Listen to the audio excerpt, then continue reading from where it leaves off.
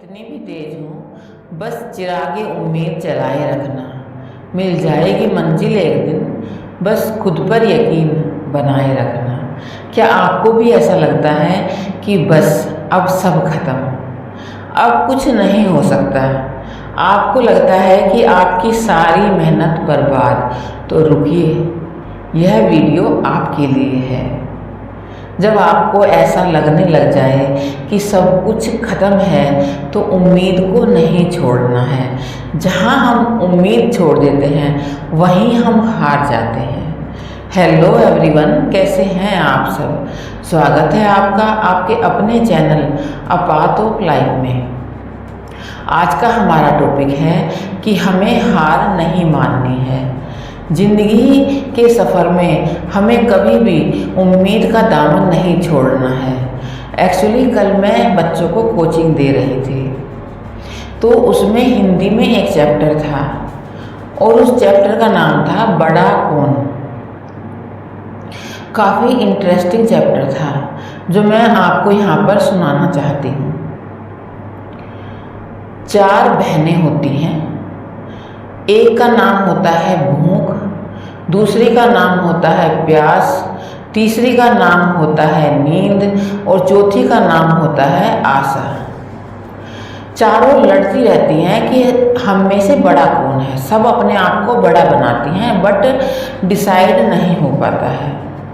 वो नगर के राजा के पास जाती हैं और राजा से कहती हैं कि राजा साहब, बताइए कि हम में सब में बड़ा कौन है।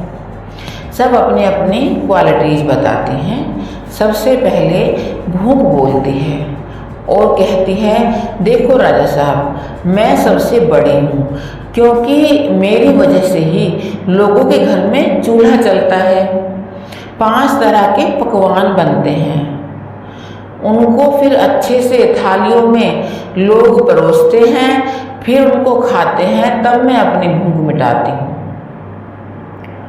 नहीं तो मैं भूखी ही रह जाऊं। राजा कहता है कि ठीक है, आज हम इस चीज़ की परीक्षा लेते हैं। राजा अनाउंसमेंट कराते हैं कि आज नगर में कोई चूल्हा नहीं जलाएगा, 5 तरह के पकवान भी नगर में नहीं बनेंगे और कोई भी खाना नहीं खाएगा। भूख पूरा दिन निकाल देती है, बट जब रात के 12 बजते हैं, भूख से रहा नहीं जाता और वो पहले दिन का बचा हुआ बासी खाना खा लेती है। अब प्यास भागे भागे राजा के पास जाती है और राजा से कहती है, देखो राजा साहब, मैं भूख से बड़ी हूँ। राजा साहब कहते हैं, कैसे? प्यास बताती है कि देखो, भूख ने आधी रात को बचा हुआ खाना, जो बासी कुसी खाना था, वो खा लिया, उससे कंट्रोल नहीं हुआ। मैं बड़ी हूँ। राजा साहब कहते हैं, कैसे? प्यास कहती है, देखो, मेरे लिए लोग कुएं खुदवाते हैं, साफ पानी का इंतजाम करते हैं, फिर उन्हें साफ बर्तनों में भर के रखते हैं और फिर किसी बर्तन में लेकर मेरी प्यास बुझाते हैं, तब मैं पानी पीती हूँ। राजा साहब अनाउंसमेंट करा देते हैं कि ठीक है, आज कोई भी पानी नहीं भरेगा, कुएं बंद करा दिए जाएंगे आज, और कोई भी साफ बर्तनों में पानी भरकर नहीं पिएगा। प्यास पूरा दिन रह लेती है, लेकिन जैसे ही रात होती है, उससे रहा नहीं जाता और वो झोड़ में जाकर, झोड़ जानते हो ना, जो एक रुका हुआ पानी होता है, वो गंदा पानी, उसमें जाकर अपनी प्यास बुझाने लगती है। यह देखकर नींद भागे भागे राजा के पास आती है और राजा से कहती है, राजा साहब देखो, मैं प्यास से बड़ी हूँ। राजा साहब कहते हैं, कैसे? वो कहते हैं, इसलिए क्योंकि जो प्यास है, उसने झोड़ में जाकर गंदे पानी से, देखो, अपनी प्यास बुझा ली है, वो अपने आप को कंट्रोल नहीं कर पाई है, तो मैं उससे बड़ी हूँ। राजा साहब पूछते हैं, कैसे? तो नींद कहती है कि लोग देखो मेरे लिए कितने सुंदर सुंदर घर बनाते हैं। जब थक हार कर वो घर पे आते हैं, सबसे पहले वो पलंग ढूंढते हैं, बिस्तर बिछाते हैं, और जब वो सोते हैं तो मैं सो जाती हूँ। राजा साहब कहते हैं कि अनाउंसमेंट करा दो कि आज रात कोई अपना पलंग नहीं बिछाएगा, कोई अपना बिस्तर नहीं लगाएगा और कोई नहीं सोएगा। ऐसा ही होता है, लेकिन जब नींद को नींद आती है तो वो उबड़ खाबड़ जमीन पर जाकर सो जाती है। उसके बाद आशा राजा के पास आती है और कहती है, राजा साहब देखो मैं तो नींद से बड़ी हूँ। राजा साहब कहते हैं कैसे? कि देखो जब उसको नींद आई वो ऊबड़ खाबड़ जगह में जाकर सो गई। अब राजा साहब कहते हैं कि तुम कैसे बड़ी हो? राजा साहब आशा कहती है कि जब सब कुछ खत्म हो जाता है, कुछ नहीं बचता है, लोग मेहनत करते हैं, उन्हें वो कामयाबी नहीं मिल रही है, फिर भी वो मेहनत करते रहते हैं क्योंकि उन्हें उम्मीद है, आशा है कि एक ना एक दिन वो जरूर सफल हो जाएंगे। उनकी आस खत्म नहीं होती है। राजा कहता है चलो देखते हैं। राजा अनाउंसमेंट करा देते हैं कि आज कोई नौकरी पैसे पे नहीं जाएगा, कोई अपना काम नहीं करेगा, फिर देखते हैं कि जब आशा को आस लगेगी तो ये कहाँ जाएगी। ऐसा ही होता है, कोई उस दिन काम नहीं करता है और कोई भी अपनी नौकरी पर नहीं जाता है। लेकिन पूरा दिन बीत जाता है और जब आधी रात होती है तो आशा को आस लगती है। उसको लगता है मैं जाऊं कहाँ। तो वो पूरे नगर में घूमती है और देखती है कि एक हल्की सी टिमटिमाती हुई रोशनी में एक कुम्हार घड़े बना रहा है, अपने काम कर रहा है, इस उम्मीद में, इस आस में कि उसका कल का दिन बेहतर जाए, कल के खाने पीने के लिए वो कुछ कमा सके। तो आशा वहाँ जाकर टिक जाती है।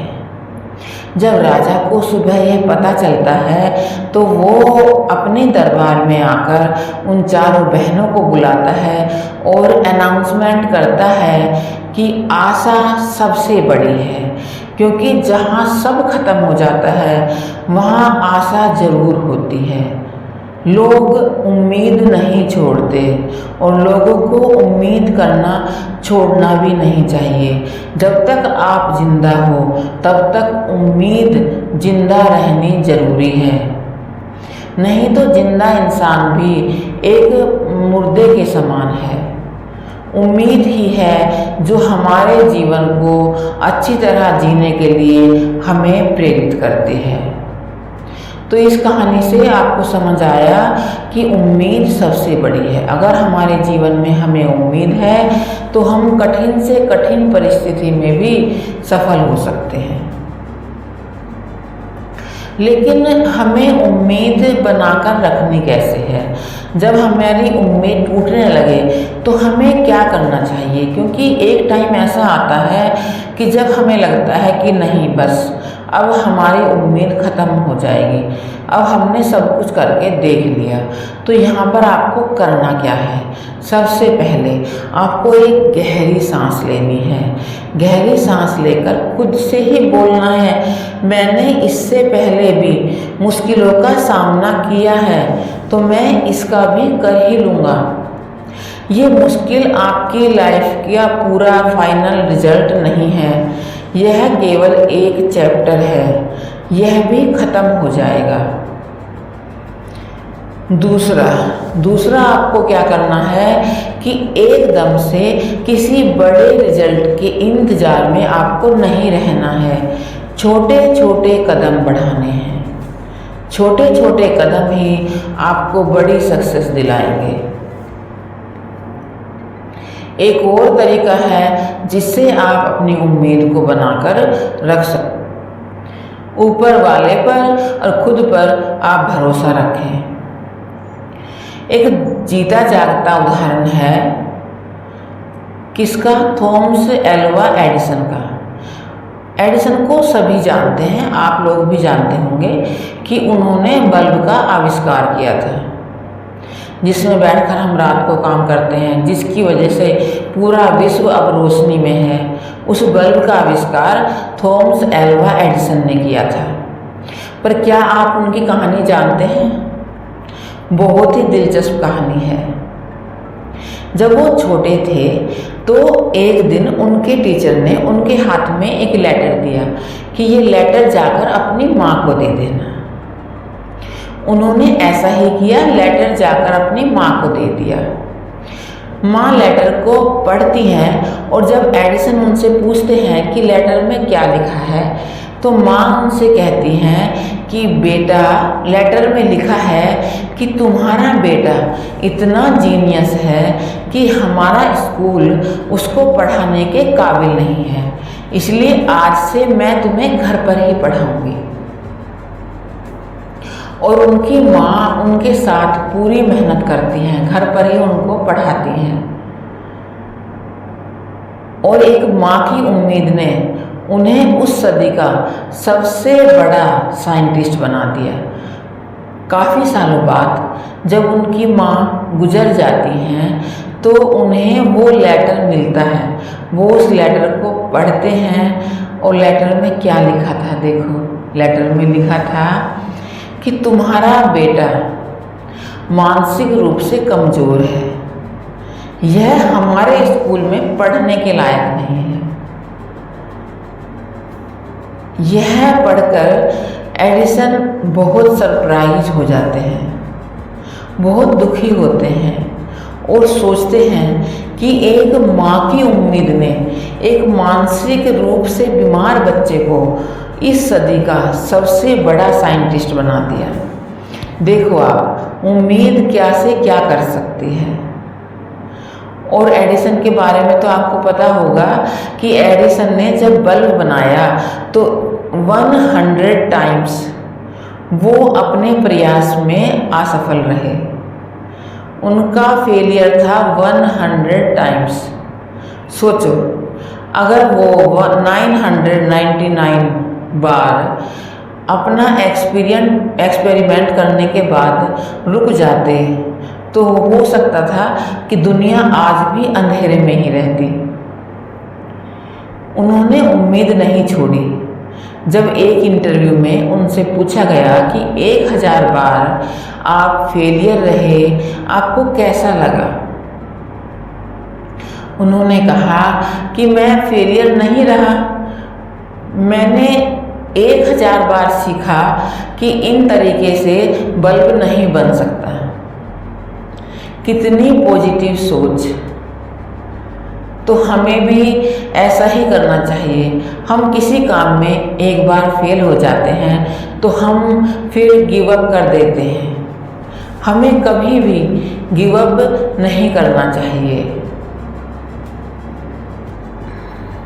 मुश्किलें आएंगी और रुलाएंगी भी, लेकिन आप अपने हौसलों को डरने मत देना।